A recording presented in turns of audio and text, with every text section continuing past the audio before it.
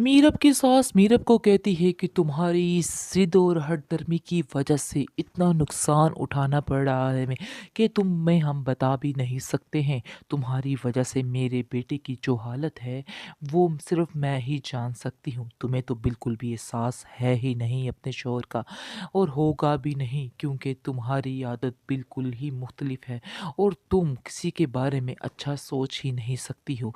इस पर मीरब कहती है कि किसी को भी मेरी वजह से परेशान होने की कोई ज़रूरत नहीं है। ये बात अपने ज़हन में बिठा के रख लें। आगे से वो कहती है कि परेशानी तो तुमने डाली हुई है हमें, और हमें इस चीज़ को बर्दाश्त भी करना पड़ेगा, और तुम्हारी वजह से हमें काफ़ी ज़्यादा टेंशन उठानी पड़ रही है। दूसरी तरफ हया की बातें लैदा उसको सुननी पड़ रही है। वो कहती है कि तुम्हारी वजह से मेरा मुर्तसिम बहुत ज़्यादा परेशान है। तुम क्यों उसकी जान नहीं छोड़ देती हो? तुम क्यों उसका पीछा नहीं छोड़ देती हो, जबकि तुम उसकी ज़िंदगी में शामिल हुई हो? इसकी ज़िंदगी में सिर्फ़ और सिर्फ़ टेंशन ही रह गई हैं। टेंशन के अलावा उसने कुछ भी नहीं देखा है।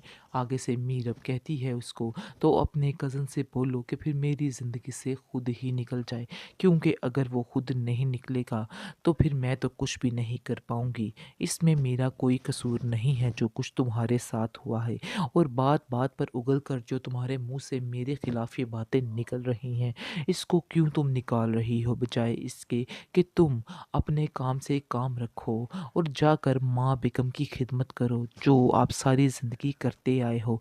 लेकिन फिर भी तुम्हें इस चीज़ का अंदाज़ा बिल्कुल भी नहीं हो रहा है।